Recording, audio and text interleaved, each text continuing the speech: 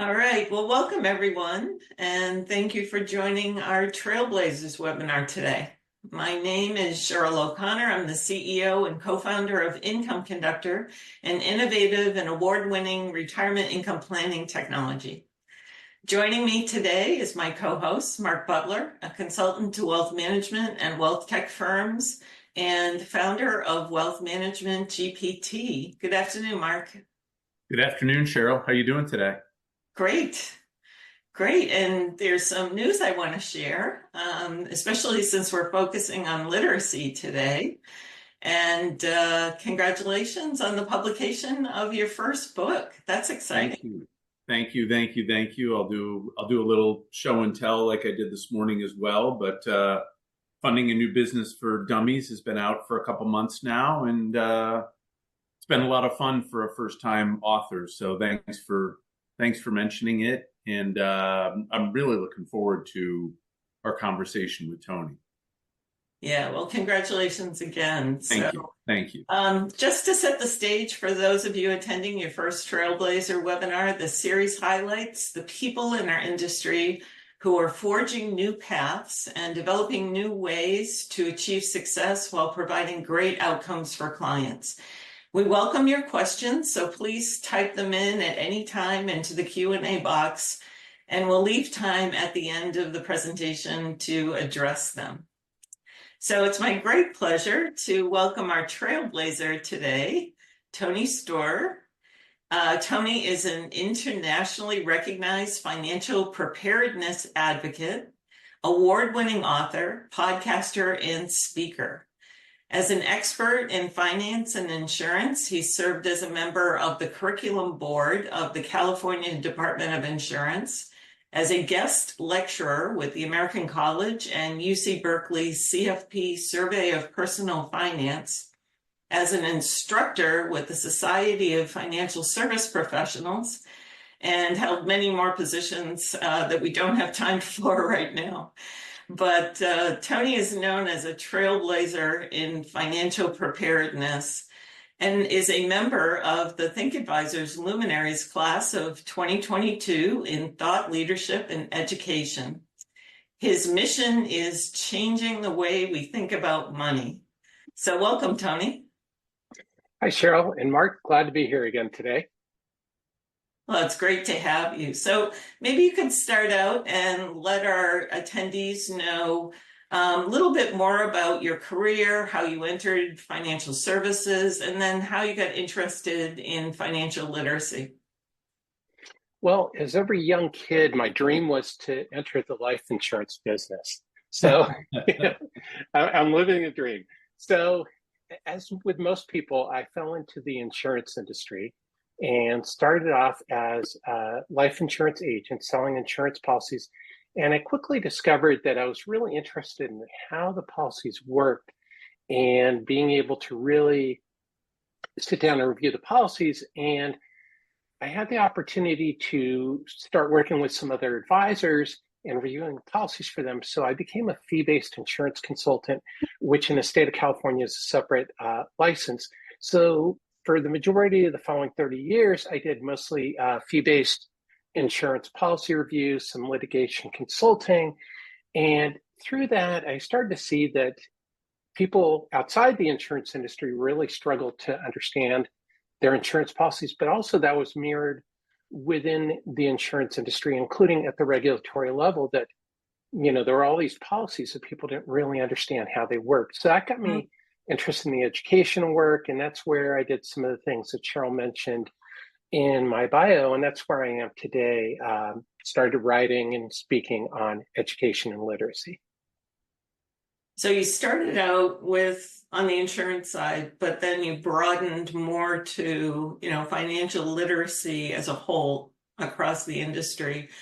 And I'm interested, how do you define financial literacy? Because I've found many definitions of it throughout the industry. Well, that's because we're using so many terms right now. Yeah. As an industry, you have financial wellness, you have financial literacy, financial well-being, financial health. I'm using financial preparedness. But for me, it's really about being able to understand money and the financial services and products that you're engaged with. And as you mentioned, my making the leap from insurance to general financial literacy is, and I think that's actually part of the issue, is that we look at all these products and services as separate silos when we really should be taking an integrated look and understanding how all these products and services fit in together. So why is that so important?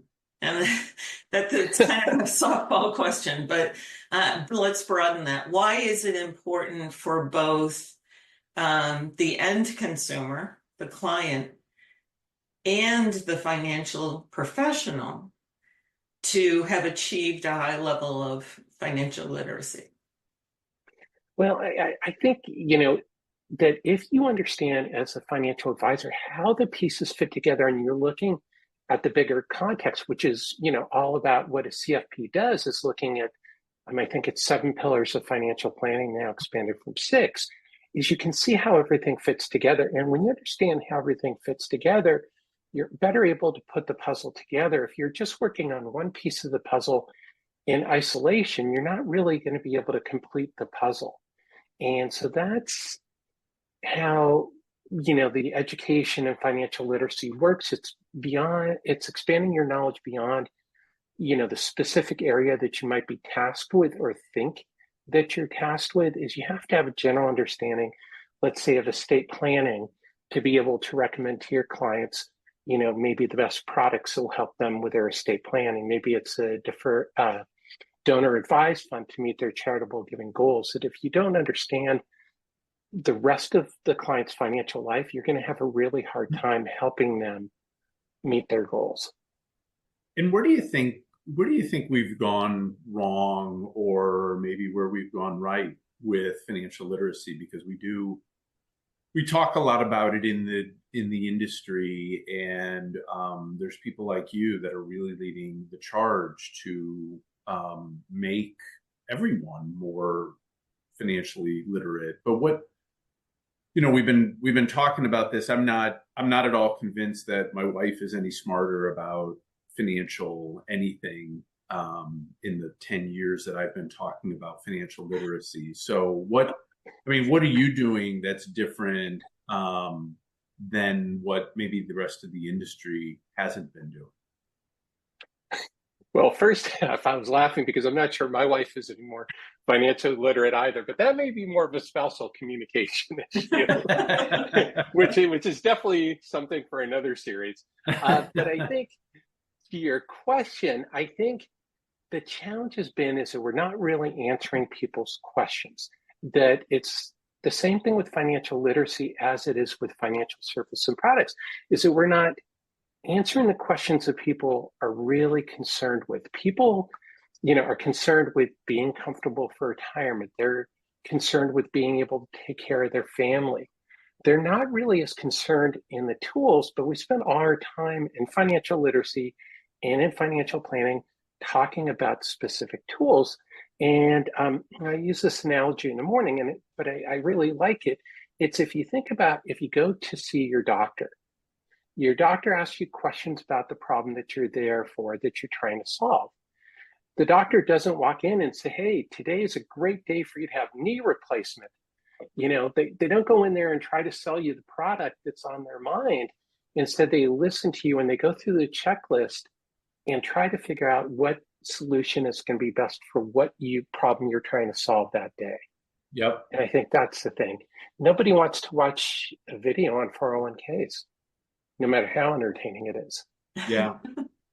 And I know this morning we talked a little bit about, kind of getting to the outcome or getting to the end, and what are we trying? And we use insurance, which you know more than any of us will ever know about insurance, but we use the example of, simply life insurance is there to protect you if you or your wife pass and you have a family that needs to be taken care of. Like it can really be that simple, but we've made it confusing. And so how do we get out of that, especially maybe talk specifically about insurance, which I think people are kind of glaze over when you talk about insurance. Well, there is nothing, no greater way than to get people to stop talking to you at a party than to ask them about their life insurance. So if you're ever in a conversation, you want people to stop talking to you, you bring up life insurance. I can see that. But, the reality is because we've made it so complicated, as you point out, we've gotten away from the fact that insurance is insurance. When you look at an insurance policy, it says, this is an insurance contract. It doesn't say this is an investment contract.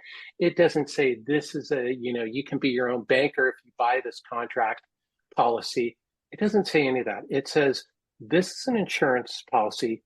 If you pass away, we will pay a claim to your beneficiary. And then, the industry has added on hundreds of other things that people don't understand. And then they wonder why 5 years down the road, 10 years down the road, people don't continue their life insurance policies. The majority of permanent life insurance policies, upwards of 50% will lapse in the first 5 years. And this is an example. I'll give the same example I gave this morning. We have a friend. She's 30 years old, no family, no kids, no spouse. She was sold a $1 million equity index universal life policy with a $500 a month premium. Now, she has no business with that product.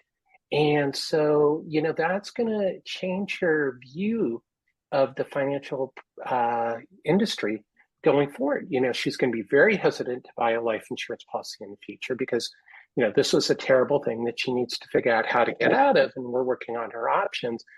But it's also something that's going to change her view of the overall financial planning industry and financial services industry, because this is an early experience for her. Instead of it being a good experience, about her goals, she wanted to save money for the future. She was sold an insurance policy that really is not a good fit for her or for anyone in that particular set of circumstances. So I think what you bring up is, oftentimes many people in the industry lead with product. And at Income Conductor, we think, you define the client's goals and their situation and how much money they've saved and where that money is, and you develop a customized plan. The product decisions come at the end of that process, and they align with the goals that the client has. But I think another thing that you mentioned, and I think is really important, is being able to show what if situations in your financial planning tools, right? Technology is great. So if you can model, well, let's look at your plan if you purchase life insurance, if this aligns with your goals, or what would happen if you didn't purchase life insurance and one of the spouses died prematurely. So let's model those two situations very easily. What would happen if you self-funded long-term care versus purchasing a long-term care policy and paying the premiums and offsetting the expenses with the benefits eventually. And if you can model that for a client, then they understand the impacts of these products and how they align with their goals, and they can make an informed decision. 100%. And, let's go back to the medical example for a minute. So let's say you do need you're having issues with your knee. Is your medical provider is going to give you usually a range of options, including do nothing, or surgery or rehab or whatever. But they're going to let you make the choice, and they're going to educate you about each of the choices. What are the pros and cons of each choice? But at the end of the day, they're providing you the education so you as a patient can make the choice. The doctor may say, this is probably the best choice, but at the end of the day, this is a choice for you and your family. But in financial services, we don't take that approach. we're still product driven, and that's where the financial literacy comes in handy for your clients, is that if an advisor fully educates their clients about the choices that their clients are making, then the clients are going to be show more loyalty to that advisor. They're going to stick with them for longer because they're the ones who are making the choices, instead of like in this instance with a 30-year-old, she's never going to call that. I don't know if it was a financial planner who sold her that policy or an insurance agent or whomever. She's never going to call that person for advice. That is a trashed relationship. So if you want to build a real relationship with your client, is you have to let your client be in the driver's seat and lead the conversation, rather than, it's so easy as an advisor to say, hey, we know so much, let's lead the conversation, but it's really all about the client. Yeah. And so resources, what resources are available? Let's talk about financial professionals first. What resources are available to help them learn more about, especially, these products you're discussing that are more complex, that are outside their traditional accumulation wheelhouse? Right? They're not products that are typically sold or dealt with on the accumulation phase. They're usually reserved for discussions with older clients. What resources are available for them? Well, so one of the resources is, and everybody who's attending today is going to get a copy, is my book, Questions and Answers on Life Insurance. That's a resource that I wrote specifically for advisors on how to think about life insurance and how it actually works and what questions to ask, because the majority of my consulting practice is working with financial planners, and they get these policies and they have no idea what to do with them. And so I created it as a way so they would know what to do and what questions to ask. But I would think there's any number of resources depending upon the area that you're trying to understand. The College for Financial Planning does have really good resources in other areas, but it really depends on the area that you're looking for. So I don't have anything offhand for estate planning, but if you ping me, I'll be able to get you some resources. So I don't have anything for the show right now. I apologize. And Tony, are those autographed editions of the book that attendees are going to be getting? Unfortunately not. Oh, okay. Unfortunately not. Yeah, it's a PDF copy. A PDF, right. But I'll tell you, you shared that with me. You spoke to our advisors on, how to evaluate life insurance policies that their clients may own, which was hugely popular with our advisors. And you shared that resource with me.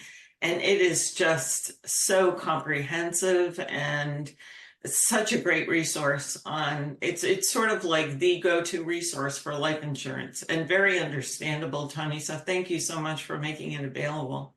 Yeah, that's great. Of course. Hey, Tony, we have it's more of a comment than anything else, but inconsistent with what we were just talking about. This is from a longtime caller, David. I see prospects and clients bring us unsuitable products frequently.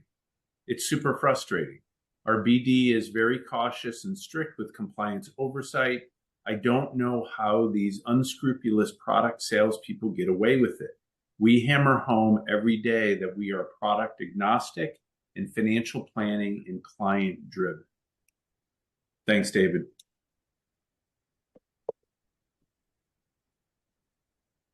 So any response to that, Tony? Oh, yeah. I'm Any sorry. advice? I wasn't sure. I was waiting for a question mark. My apologies. So, I would say as to why they exist, I think a big part of it does come down to education, is that we have to think about it. There's nowhere through our whole educational system where people learn anything about money. I think this is something that financial planners can do with their clients, is, they can help them educate their kids on money. I'll give a shout out to the 4 Money Bears by Matt Gardner and the Monster Job book by Faith Tailby is a couple good books for kids. But, you have to think about it that the parents don't understand money any better than any of the rest of us, because where did they learn about it? So when they do these products and services, is they're being sold usually by people who don't understand the products and services much better than the people that they're selling them to. Mhm. But nobody knows the right questions to ask, which is why I took that approach, questions and answers, because I think it is, really about empowering people to be able to ask the right questions.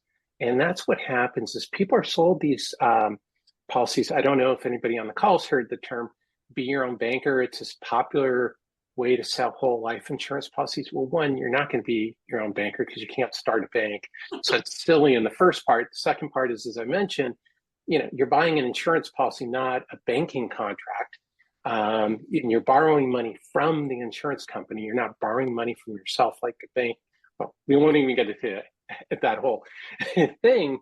But that's what happens is people are sold these things that, they think are something else. Like the 30-year-old that I was talking about, she thought the policy was something else. She thought it was a way to save money for the future. And it's because people don't ask the right questions. We can look at Bitcoin as a good example of this. People aren't really asking the right question is, maybe Bitcoin's good, maybe Bitcoin's bad. I'm not a Bitcoin fan, but, if you are, that's okay. But the big thing is people start with a question like, how many of us on this call have heard, should I buy Bitcoin? Instead of asking, well, this is my plan. Is Bitcoin a good fit for my plan? Right. And I think that's the thing is, people aren't asking those questions. So they end up with these products and services.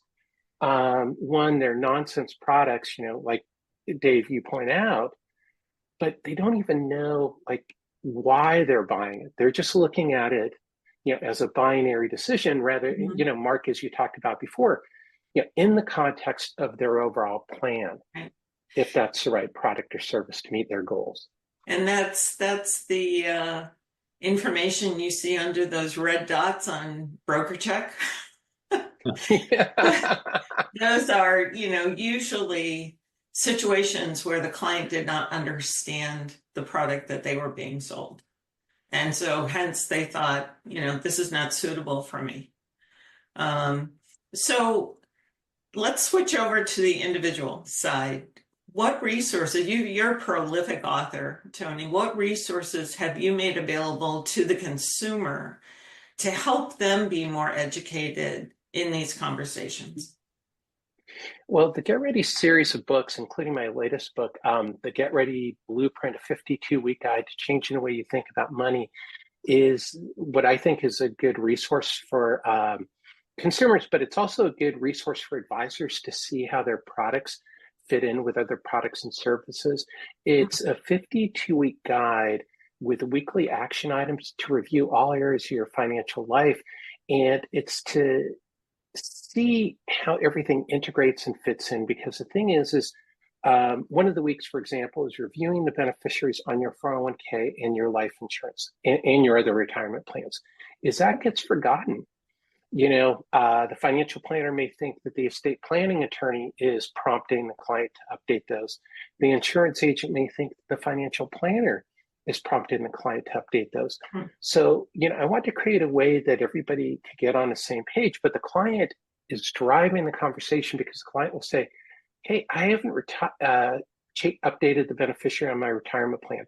I don't know how to do that, but I have a financial planner. I'm going to shoot them an email and say, hey, I need to update, we redid my will last year, and I forgot to let you know that all my IRAs need to be updated with the beneficiary. So that's what I've tried to create, is a way for people to organize and monitor all these things in their financial life, and then to know when to call on a professional in a specific area. I love it. That's great. So where can people find these resources? Well, they can go to my website, and they can join the Get Ready Money Club, which will give them access to a whole bunch of worksheets, but they'll also receive my email with a weekly action item. So that will prompt them to complete the action item and help them to figure out how to do that. So that's all available on my website. tonysteuer.com, or, if it's easier, find me on LinkedIn. I just started publishing something called the Get Ready List, which, to actually answer your earlier question, Cheryl, contains some of the best resources that I see every week from other people, articles, podcasts, research in the financial literacy area. So that's how people can get in touch with me. Yeah, and I think curating those resources is so important because there are so many voices out there. There's social media, there are influencers, Google. And sometimes people are getting bad information from unqualified sources. So I think one of the things advisors could do, with the help of experts like you and other folks that you mentioned who are doing podcasts and such, is create a nice library of resources for their clients as sort of the first step to educate themselves about different financial topics.